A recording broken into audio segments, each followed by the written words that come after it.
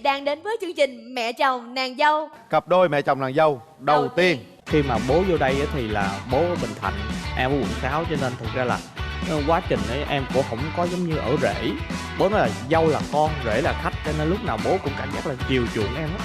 Em qua là em hơi ngại là tại vì bố thương mình quá, rồi về Thu lại nói là giống như là bố lại thương anh hơn em. Xin mời. Wow.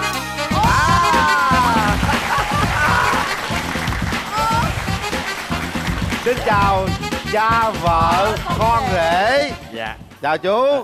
Chào cô Ninh. Dạ, con chào chú. Cô Ninh. Chào em. Dạ, chào anh. Người quá quen thuộc của chúng ta. Dạ. Bất ngờ, thật là bất ngờ. Hôm nay sao vậy ta? Ê, người Tự nhiên quen gặp người đến quen nhà. nha. Chú có thể giới thiệu về mình cho tất cả khán giả đều biết được ạ. Dạ, kính chào tất cả các quý vị khán giả trong trường quay. Kính chào Quyền Ninh, Dạ. Quyền Lê Lộc. Dạ. Thế chú tên đầy đủ là Vũ Minh Tuân. Dạ. Năm nay chú 73 tuổi. Ồ. Quê chính chú là ngoài Bắc, ở Nam Định. Còn hiện bây giờ là cư trú trong đây là 377 Tràng 14 Tràng 9 Phan Văn Trị. Dạ. Xin mời anh giới thiệu về mình. Chào anh Quyền Linh, chào Lê Lộc, chào quý vị khán giả trong khán phòng. Em tên là Lê Ngọc Tưởng, là diễn viên, là đạo diễn, là con rể của bố Minh Tuân. Anh làm rể của bố được bao lâu rồi? Tính ra bây giờ là 17 năm. Wow. Chú, cái ngày đầu tiên mà chú gặp con rể Ngọc Tưởng là chú ấn tượng điều gì với người đàn ông này? Không thể tưởng tượng nổi Quyền Ninh ạ. Là con rể bất ngờ á. Sao vậy chú? Vì nó bấy nó như trẻ con đó. Nó có bấy giờ nó có 21 tuổi à. Dạ. Mà người gầy lắm, ốm chứ không như bây giờ. Dạ. Dạ. Tính tình nó sao, mặt mũi Nó sao? cũng có nguyên nhân của nó trước. Dạ. Thế con gái chú là học cùng với Ngọc Tưởng ở trong đây. Con chú là ra trường là về Bình Định mất, cho nên nó quyết tâm nó theo đuổi. Quyết tâm lấy giữ lại thành phố Hồ Chí Minh đúng không? Con thì rất hiền. Hiền lắm, hiền. Anh ấn tượng điều gì khi mà lần đầu tiên gặp bố vợ nhỉ? Thực ra anh sợ. Tại vì bố vợ lúc đó là mặt rất lạnh. Bố đâu muốn cho giống như là bà xã. Bà xã là giống như là vô đây rồi giống như là mới học có 2 năm mà quen người yêu. Rồi ăn học không được, rồi như thế nào đó ảnh hưởng việc học. Cho nên ý là bố là giống như là bố không muốn cho. Bản thân khi mà quen thì vợ cũng nói là bố là nghiêm khắc. Lúc đó là anh nhớ hè, nghe giờ nói là bố cấm không vô học luôn.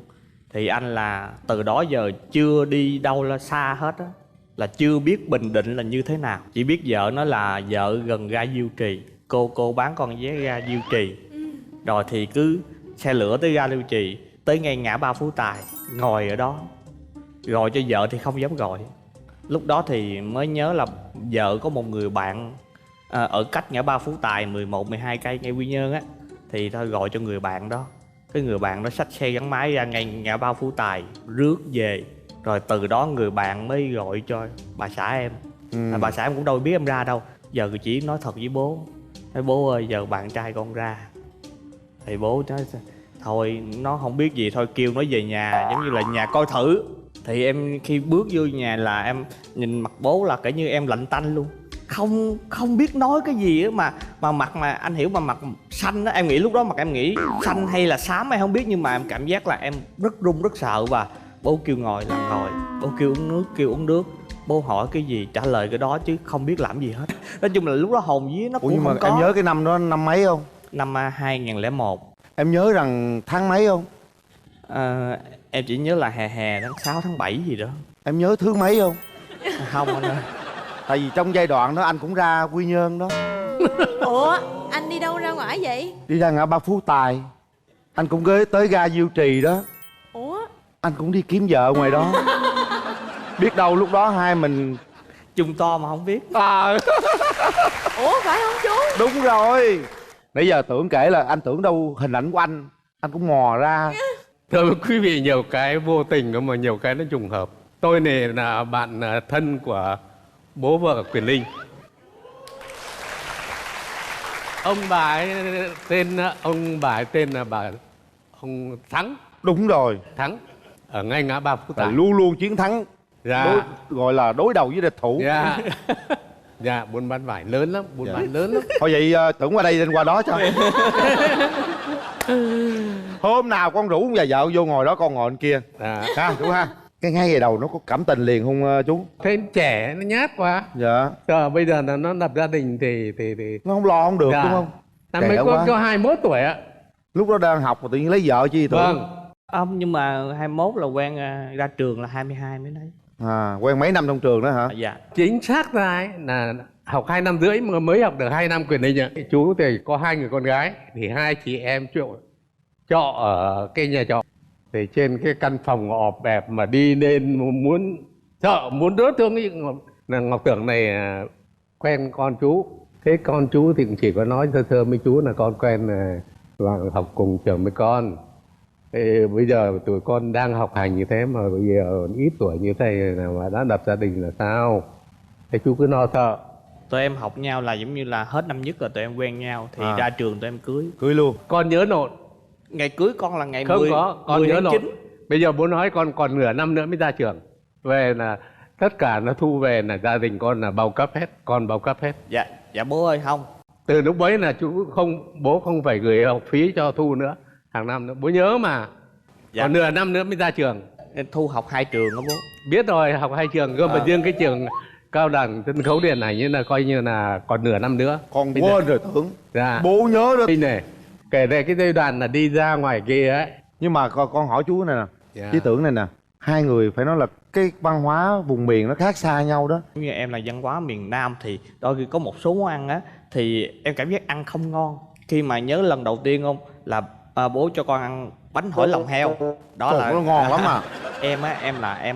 Em ăn cái món gì, món mà hơi cứng cứng bố, cái gì sụng sụng á, cái cổ hay cái gì á, Cái cuốn họng hay cuốn họng.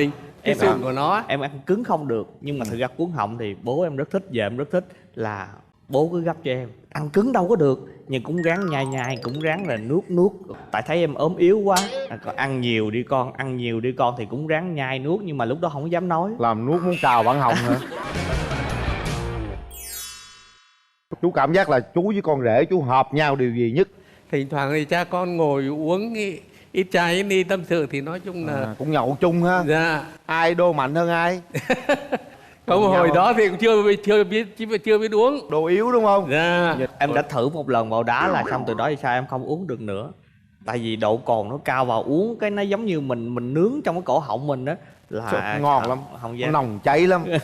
Dạ đúng rồi. Khi mà bố vô đây á thì là bố ở Bình Thạnh, em ở quận 6, cho nên thực ra là quá trình ấy em cũng không có giống như ở rể. Bố nói là dâu là con, rể là khách, cho nên lúc nào bố cũng cảm giác là chiều chuộng em á. Em qua là em hơi ngại là tại vì bố thương mình quá, rồi về Thu lại nói là giống như là bố lại thương anh hơn em. Có bao giờ là bố không hài lòng với Ngọc Tưởng điều gì không? Dạ chưa có chuyện gì. Chưa luôn. Dạ chưa có chuyện gì. Dạ. Vậy thì hai bố con mình chia sẻ với nhau bằng cách nào anh? Chỉ có giống như những bữa ăn trong gia đình á, rồi hỏi chuyện con làm sao, con cực quá không hay gì đó, thì chỉ có bố hỏi công việc. Nó là như Rồi em vậy. chăm sóc bố thế nào để thể hiện một tình cảm giữa chàng rể với ông già vợ? Em làm nghệ sĩ á, thì là đôi khi có những phần thưởng, có quà của đại sứ Hàn Việt chẳng hạn, thì có những gì mà em có quà, hoặc em đi đâu diễn xa, hoặc là thấy cái gì mà đặc sản hay gì thì mang qua cho bố cho mẹ. Ai thì cũng có dâu có rể. Cứ mà nói thật, con rể này là hơi đặc biệt. Nó hiền lành mà không có cái gì để mình buồn cả. Tôi thấy nó ít có tới thăm chú này kia, ít có chia Không sẻ sao đâu, chú. quyền định không nên. Và đồng thời từ cái ánh mắt chân tình, cha con chân tình quý mến nhau, thế là được rồi. Chứ chú cũng không đòi hỏi là phải chăm chút bố những cái này cái khác. Không, con là con buồn, nếu con là cha vợ con buồn đó. Tại sao vậy Tưởng? Tại sao em lại ít quan tâm, ít thăm bố và chia sẻ? Thăm á, thực ra là 1 tháng cũng qua gia thăm vài lần. Bố chỉ lo cho em thôi, còn bố nói mọi chuyện bố nói bố không sao. Ví dụ bố đau cái chân, bố nói bố con không sao, bố khỏe. Ăn uống không được, bố bị gút không sao, bố cũng trị rồi con. Mình cũng hỏi bố nói bố cũng tự trị được. Cái chân bố đau như thế nào, bố cũng lo được, bố cũng là. Thì có hỏi thì mọi chuyện là bố có tự giải quyết được. Em có bao giờ tổ chức sinh nhật cho bố không? Gia đình cũng có. Em riêng em á, con rể có một món quà nào tặng cho bố chưa? Thì cái áo hay cái quần thì có, còn mà giống như tổ chức sinh nhật thì chưa. Nói vậy thôi chứ thật sự nói thật nào. con rể cũng phải có một cái gì nó quan tâm nhiều hơn nữa chứ. Dạ. hỏi cái gì ông già cũng được rồi, thì nó mình ít. Do cái văn hóa với cái cá tính, cái tính tình của từng người. Giống như bố ơi bố, con tổ chức sinh nhật riêng cho bố nha, em cảm giác là em bị mắc cỡ. Tức là ngại quan tâm sợ mắc cỡ, đúng không? Có bao giờ em nói một câu nào mà yêu thương bố chưa? Chưa. Cái con người em mà nói giống như là chỉ cần nói là giống như anh yêu em thôi à, chứ cái giống như là con thương bố rồi em chưa nói. Mà thậm chí ba của em con thương ba cũng chưa có. Nhưng mà mình chỉ hành động, mình quan sát rồi mình ví dụ thấy ba hay bố cần cái gì thì mình làm. Quan thôi. sát làm sao để người đối diện hiểu được là mình yêu thương người đối diện. Có bao giờ em chở bố đi khắp Sài Gòn chơi hay đi đâu chơi giữa hai bố con lần nào chưa? Trước đó hồi bố mới vô thì có chở rồi. Mấy lần rồi? Cũng vài lần nhưng mà em thấy đủ rồi. Bố giống như là chở những dân lòng cho bố biết Sài Gòn, biết thành phố, rồi sau này là mình chở cũng y phun lặp lại. Bố nói bố không buồn như thế, nhưng con người mà càng nghĩ tại sao người ta có nhiều rễ, người ta quan tâm, người ta chăm sóc, chở đi chợ tối chợ lui, mình cứ nói ổ chở đi là lặp lại hả? Ổ thiếu gì chỗ chở đi. Nó không có một cái thời gian nào hết Quyền Linh ơi. Bận lắm. Có khi 8-9 giờ tối rồi còn máy bay ra ngoài Nha Trang ấy, thấy nó vất vả lắm, đi suốt ngày suốt đêm. Người lớn tuổi á, đôi khi họ cảm giác cô đơn lắm, đôi khi họ cần sự quan tâm, đôi khi họ không dám nói ra đâu, cũng hy sinh vì sợ con cái mình buồn. Thôi kệ, nó bận quá. Đúng rồi. Thôi để thời gian nó lo cho con cháu của mình. Cá nhân anh nghĩ như vậy, nhưng mà giống như là bố em á, bố như thế nào là em hiểu. Và giống như là mỗi người có hoàn cảnh quy định cho gia đình của mình hết. Đặc thù của ngành nghề thì em nghĩ không có thời gian tiếp xúc nhiều. Có bao giờ bố vợ anh la anh điều gì chưa? Có gần đâu mà lá. Gặp rồi bố con nói chuyện vậy thôi à, cũng không có xảy ra sự cố. Người ta hay nói là giống như là mình chưa xích mích á thì mình chưa hiểu được những cái góc khuất của nhau. Em nói đúng, nhưng mà thí dụ mình không xích mích mà mình vẫn hiểu thì đó vẫn tốt hơn chứ. Có nhiều cái giống như là bố anh sợ anh buồn, bố anh không nói, và anh cũng ngại, anh đang sợ, anh mắc cỡ, anh cũng không nói với bố anh. Nên cái điều đó làm giữa hai bố con có một cái khoảng cách vô hình nào đó. Nếu như có một người nào mẹ vợ khó hơn thì cũng sẽ trách con rể. Nếu trong gia đình có rất nhiều anh chị em cũng sẽ trách con rể. Bây giờ chú có mong muốn điều gì con rể của chú hay không? Thì bây giờ báo cáo với quý vị, tất cả các vị ở đây ai chả thế, làm cha làm mẹ thì đều mong mỏi cho con nó trưởng thành chứ. Nếu nó trưởng thành càng lớn thì càng tốt. Sau nữa là cũng nhờ chương trình cho tôi được gửi lời chào hỏi thăm tất cả những đồng đội của tôi ngày xưa. Bây giờ xa cách như thế là đã 40 mấy năm rồi. Dạ. Tôi nhớ các bạn lắm, nhớ đồng đội lắm. Cái ngày xưa ấy có đơn vị tôi thì có 2 người tên là Tuân. Tôi quê nằm Hà thì gọi là Tuân Tõm. Còn có một người bạn ở quê Hà Tĩnh gọi là Tuân Tơi. Bây giờ tôi cho gửi lời hỏi thăm tất cả các đồng đội xa vắng. Tôi Vũ Minh Tuân năm nay 73 tuổi, tôi vẫn sống khỏe mạnh và hạnh phúc. Thế cũng chào tất cả mọi đồng đội. Mà tôi nhớ đồng đội lắm, nhớ lắm. Dạ. Những ai muốn liên lạc với chú thì hãy liên lạc với chương trình Mẹ Chồng Nàng Dâu nhá. Rồi. Dạ. Con cảm ơn chú nhiều. Dạ, cảm ơn Quyền Linh. Chúc cho hai bố con thật là mạnh khỏe, vui vẻ, hạnh phúc, và nhớ dành thật nhiều thời gian cho bố vợ của mình chút xíu. Một kỷ niệm của chương trình gửi tặng gia đình. Chương trình cũng có phần quà dành tặng cho gia đình mình, đó là nồi cơm điện của thương hiệu Akino. Dạ, cảm ơn bác và anh đã đến với chương trình ạ. Vâng. Mà cô định luôn 3 đêm, đêm nào cũng như đêm nấy. Cái cô mới nói Phượng ơi, mẹ nói con, mẹ thương con, mẹ cưới con về đây rồi thì về làm dâu cho mẹ thì phải cho mẹ đứa cháu mới được chứ. Cái nó trả lời, nó nói mẹ ơi cái gì cũng hẳn từ từ. Xin mời. Chào cô. Chào em.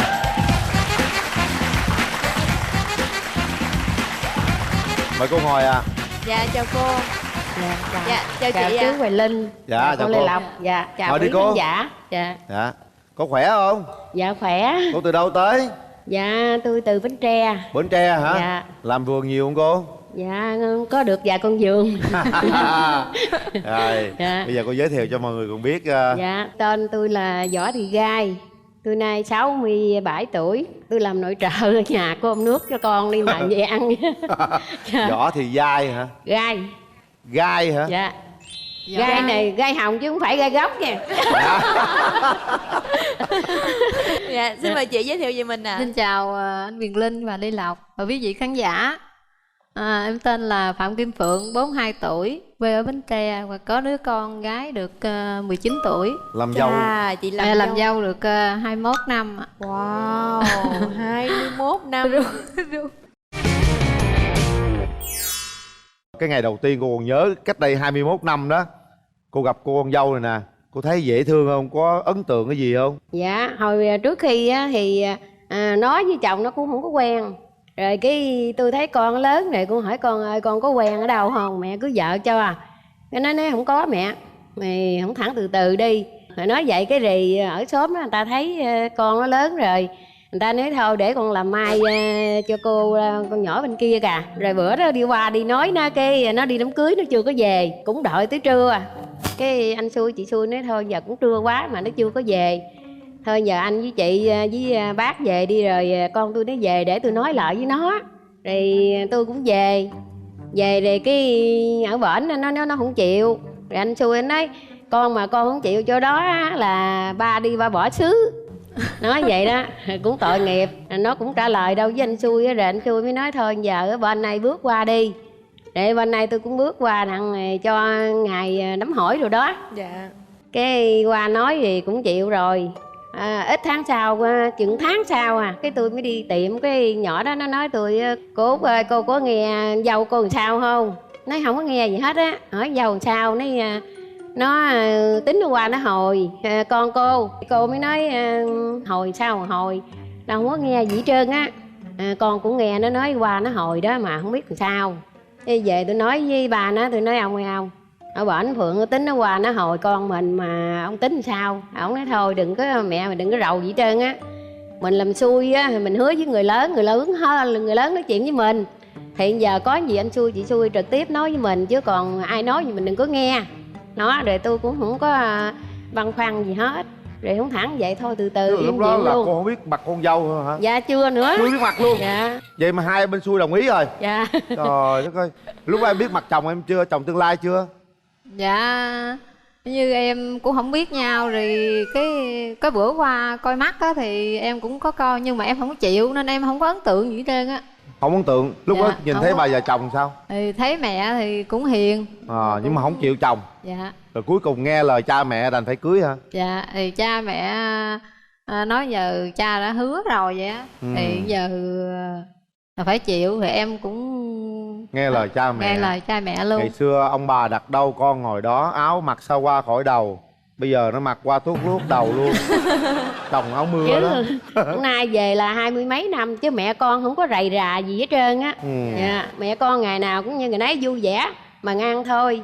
Nhưng mà không quen biết không gì hết á. Về cưới về rồi bao lâu em với chồng em mới yêu nhau? Em về đó em cũng không có thương chồng em nên em không có nghĩ gì hết. Tối mạnh đứa nào để ngủ. Rồi cái mẹ em mới vô rình tụi em ngủ. Mẹ cũng thấy mạnh đứa nào đứa góc ngủ. Rồi cái Bao lâu mình mới sống đúng nghĩa vợ chồng chị? cũng lâu chị cũng không để ý là thời gian nào nữa. Để thương thì cũng không biết luôn nữa. Cô rình hay nó hả? Cô nói là cũng như thằng chồng của nó nói với người anh chú bác đó. Nó nói anh hai chắc mất cả chì lẫn chài của anh hai. Rồi cái anh hai nó mới nói lại với tôi là thím của nó. Em nói thím với chú coi chừng sao nghe, chứ con Phượng nó không có thương Hoàng đó. Thằng Hoàng nó than nó nói dữ lắm. Rồi từ đó rồi cô mới thấy vậy, nói thôi để con sao đêm nào nó ngủ nó cũng lặng thinh, không có nghe nói chuyện. Đây cô cũng để ý thử coi, vô thấy nó nép trên giường. Không có đứa nào đụng cái nào hết trơn á. Cô cũng rất buồn trong bụng. Ủa sao con dâu nó không thương con mình hay sao mà kỳ vậy đây. Mà cô rình luôn 3 đêm nào cũng như đêm nấy. Cái cô mới nói Phượng ơi, mẹ nói con mẹ thương con, mẹ cưới con về đây rồi thì về làm dâu cho mẹ thì phải cho mẹ đứa cháu mới được chứ. Cái nó trả lời nó nói mẹ ơi cái gì cũng không thẳng từ từ. Nói vậy đó. Rồi cái mấy cô nó mới nói mày á, mẹ không cho nó đụng địa gì mày hết trơn, nó có vợ nhỏ nó bỏ mày cho mày coi. Cái bắt đầu vậy đó, rồi sau rồi từ cái thì hai đứa thương nhau mới đẻ được đứa cháu. Giờ nó đi học đại học đó. Dạ. Nó mới xin đăng ký lên đây nè. Rình 3 đêm không thấy gì trên Không hả? thấy gì hết trơn. Rồi cô, rồi khi mà con dâu về làm dâu đó, nó có làm dâu tốt không? Thì hồi nó mới về làm dâu này thấy nó cũng nấu cơm đồ mình ăn cũng được. Nó hỏi mẹ ơi giờ nấu làm sao? Mẹ nấu mẹ kho ha, nấu canh đồ. Nói thôi con giờ mẹ cũng dễ lắm, mẹ với ba dễ lắm, con nấu gì ăn nấy à. Cái có bữa đó cô đi đốn mía, cái nói thôi Phượng ơi con đi chợ con mua đồ ăn về ăn làm cơm ăn đốn mía. Thì mẹ ở nhà mẹ đốn mía con đi chợ đi, cái đi nhức răng quá cái về ghé bên đi chưa có tới chợ nó về ghé chị xui. Cái ở bên đây sao đợi tới trưa không về. Cái cô nói sao mà đường Phượng đi gì lâu quá mà hồi đó đâu có điện thoại gì đâu. Dạ. Cái nói thôi để trưa nó về nghỉ đốn mía để chạy qua bển. Cái nó chưa về để chạy qua bển thứ. Cái nói sao sau trưa về ăn cơm rồi cái thấy lót về hỏi ủa sao con đi chợ gì lâu dữ Phượng. Cái nói con nhức răng đó con không có đi chợ nổi mẹ con về bển. Giờ con hết nhức rồi con về. Nói thôi vậy giờ con hết nhức thì con về con nghỉ đi. Giờ chiều ăn cơm có đồ ăn cơm rồi giờ mẹ đi đốn mía nữa. Tiếp tục sau rồi không thẳng từ con nó ở nhà nó nấu cơm mới chắc nước nồi cơm xong nó vuột cái đó cơm hết trơn. cái nó run cái nói thôi con đừng run gì trơn, cái lỡ đổ rồi nấu khác chứ có gì đâu sợ, mẹ không có rầy đâu. Rồi nói vậy thôi rồi không thẳng từ rồi con nó tiếp tục nó mần. Dạ. Mẹ chồng mình chắc dễ thương lắm ha, hiền lắm Dạ. ha em hả? Dạ hiền, mẹ thương con dâu dữ lắm anh. Dạ. Mặt rất là phúc hậu luôn á. Dạ. Một cái thời gian ở chung với mẹ chồng thấy hai người hợp nhau điều gì? Em với mẹ thì cũng hợp nhau, giống như ăn uống em nấu gì mẹ cũng khen chứ mẹ không có chê em gì hết. Mẹ kêu kho thì kho, nấu canh thì nấu canh vậy thôi, rồi mẹ cũng không có khen rồi mặn lạc gì hết. Rồi mẹ nói nấu Cứ ngon. nấu là ăn thôi. Dạ. Rồi về ăn mặc dạy dỗ con cái trong nhà thì hai mẹ con mình có hợp không chị? Hợp nhau vậy. Em dạy con á thì mẹ cũng như không có nói em gì hết. Dạ. Rồi hai mẹ con mình không hợp nhau điểm gì chị? Con lần như em để như tiền á, em thì hay hời hợt nó để tiền thì đụng đâu thì em để đó chứ em không có mà gọn gàng thì mẹ cũng hay rầy. Dạ. Mẹ nói tiền thì con phải cất cẩn thận để lọt thì không có tiền mất tiền. Mà cực khổ, nó ở riêng rồi cô vô á, cô giữ nhà giùm nó đó. Thì sáng ngày cô vô cô thấy tiền sao rớt dài trong mùng rất dài ra vậy nè, cũng 50-30 triệu vậy đó. Dạ. 5-3 triệu. Vậy cô mới nói 5-30 triệu nó bậy. Thì cái cô mới nói con ơi tiền bạc con cất cẩn thận chứ con mà cực khổ mà con để tiền bạc rớt vậy thì mẹ không có vô rồi người ta gặp người ta lộn mắt làm sao, rồi tiền đâu mà con xây xài để tiền đâu cho con đi học. Dạ. Vậy thôi chứ không có gì Đúng mà rồi, để với như lại này. cô dâu cũng hiền. Thấy cô dâu rất là xinh luôn á. Nhà mấy chị em gái? Dạ tới 5 chị em gái rồi. Em thứ mấy? Em thứ 3. Ồ dạ. Rồi nhà cô là 3 thằng trai. Là anh trai này trai dâu thứ mấy? Dạ dâu thứ 3. Thứ 3. Dạ. Cái hồi đó về thì không chịu con tôi. Tới chuyện sau rồi cái thương con tôi rồi để đẻ được đứa con rồi cái tôi cưới vợ thằng thứ 6 cái ở bển chị xui cũng có con nhỏ đó thứ 6. Rồi thấy nhỏ đi phố về thấy thương quá à. Nhỏ là giờ dâu út ở nhà. Dạ. Nó rồi cái hai chị em giờ về làm dâu chung nhà. Ủa là em Ruột của với em. em ruột của em. Dạ. Là hai chị em gái. Dạ. Lấy hai đứa con trai của mẹ. Dạ. Nhỏ này thứ 3 ở bển thì con trai thứ 3 tôi cưới. Rồi con trai thứ 6 tôi á là cưới em thứ 6 nó. Cùng thứ luôn á. Trời ơi quá tiện luôn á. Đặc biệt luôn rồi nha. Dạ. Nhưng mà Về quan thấy- trọng đó cô. Dạ. Cái đứa con dâu đầu tiên là cô còn rình 3 ngày. Dạ. Còn dâu thứ hai có rình không? Rình ở đâu mà rình. Bữa đám cưới nó thì sáng ngày rước dâu khuya nó mổ ruột thừa rồi. Còn ở đâu ở nhà đâu rình. Ủa sao kỳ vậy cô? Không biết nữa. Mà mướn đồ cưới đồ về sẵn sàng hết trơn khuya đau bụng. Cái chở lên mỏ cài cái mổ đau ruột thừa rồi. Rước họ chứ đâu Rước họ chứ đâu rước dâu đâu mà rình. Dâu luôn. Rồi sau đó thì em gái em có mấy đứa rồi? Dạ 2 đứa trai đứa gái anh. Giỏi hơn chị nữa ha. Giờ đứa 10 và 11 tuổi với đứa 5 tuổi Rồi. cưng lắm. Dạ. Dễ thương ha. Có bao giờ em cảm động trước tình cảm của mẹ chồng dành cho mình không? Dạ có anh. Em về làm dâu mà hồi trước em không có thương. Mà sau này thương thì thấy mẹ đối xử với em như là mẹ ruột em vậy, chứ em họ rất là thương mẹ. Mẹ chăm sóc từng ly từng tí luôn á Dạ. hả? Mẹ lo như công việc gì mà em đi đâu mượn mẹ ở nhà giữ con em rồi giùm chừng nhà cho em. Chắc Dạ. là lúc sanh là mẹ chăm sóc cũng dữ lắm hả chị? Dạ, sanh là ở nhà mẹ chồng sanh luôn. Con dâu nó nuôi con giống mình không cô? Dạ thấy cũng giống. Cái em khóc thì nó cho bú rồi thì nói thôi em nó cũng khó quá, thôi con đưa cho mẹ dỗ cho con nghỉ đi, con sanh mới mà, để con ẵm nó rồi sau này rồi bệnh hoạn đau lưng rồi đó thì cũng giúp cho nó vậy lắm. Nói chung hai mẹ con này 21 năm mà phải nói rất là bình an luôn á. Dạ. Anh nghĩ rằng đây cũng là một cái hình ảnh rất là đẹp. Dạ. 21 năm tất cả gần như là không có gì xảy ra mâu thuẫn, với một cái sự hy sinh thương yêu mẹ chồng đối với nàng dâu, và cái sự tôn trọng trân trọng giữa nàng dâu mẹ chồng, và cái sự kết hợp đó nó rất là tuyệt vời. Nó Dạ. tạo nên một cái tình yêu thương hoàn hảo luôn không ạ? Chúc mừng gia đình nha. Dạ. Chúng ta có bức thư của con trai cô đó. Dạ. Rồi, đây là thơ của chồng em, con Dạ. trai của cô. Dạ. Chào chương trình. Hôm nay mẹ và vợ lên chương trình, con rất là vui. Từ khi về làm dâu đến nay, mẹ và vợ không có mâu thuẫn gì cả. Những lúc hai vợ chồng cãi nhau, mẹ luôn là người hòa giải, giúp hai vợ chồng hiểu nhau nhiều hơn. Vợ ơi, anh cảm ơn em đã nấu cho anh những bữa cơm ngon. Dạ. Luôn bỏ qua cho anh những lúc anh nóng tính vì làm vợ buồn. Cuối cùng anh mong hai mẹ con luôn thân thiết như bây giờ, yêu mẹ và yêu vợ nhiều. Cũng rất đơn giản như gia đình, nhưng ở đó hạnh phúc đong đầy. Dạ. Hôm nay đến với chương trình này chị có mong muốn ở mẹ điều gì không? Dạ cũng có, như mong muốn mẹ luôn luôn như hồi trước em về tới giờ với mẹ sống khỏe mạnh rồi vui vẻ bên con cháu thì dâu con rồi vậy á. Dạ. Còn cô có muốn điều gì con dâu của mình không? Dạ tôi cũng mong muốn cho dâu tôi á, từ đây sắp về tới á, thì hồi nào sao giờ vậy, cho dâu nó tiến bộ nhiều hơn, tới đây thì nó cũng có con có rể. Dạ. Dạ. Rồi, cảm Dạ. ơn cô rất là nhiều. Cảm ơn cô đã lặn lội từ Bến Tre đến đây tham gia chương trình nha. Dạ. Một kỷ niệm của chương trình.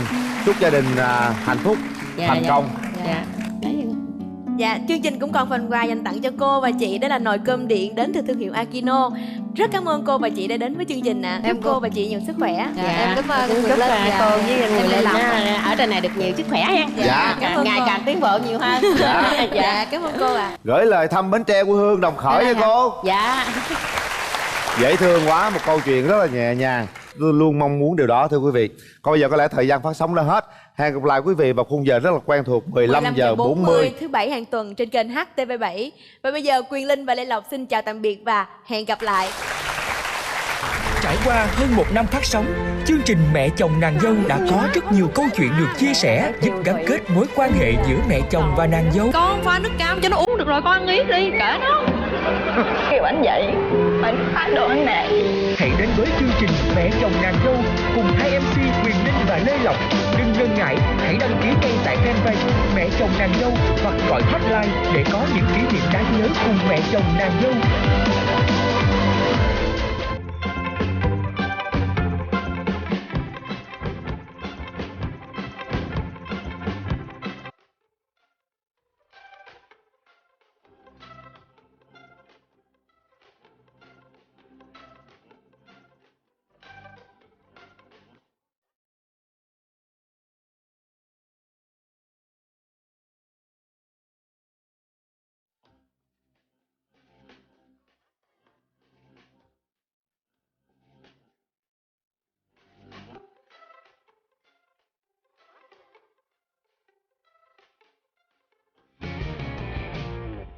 Con còn nhỏ hồi đi học thì khác.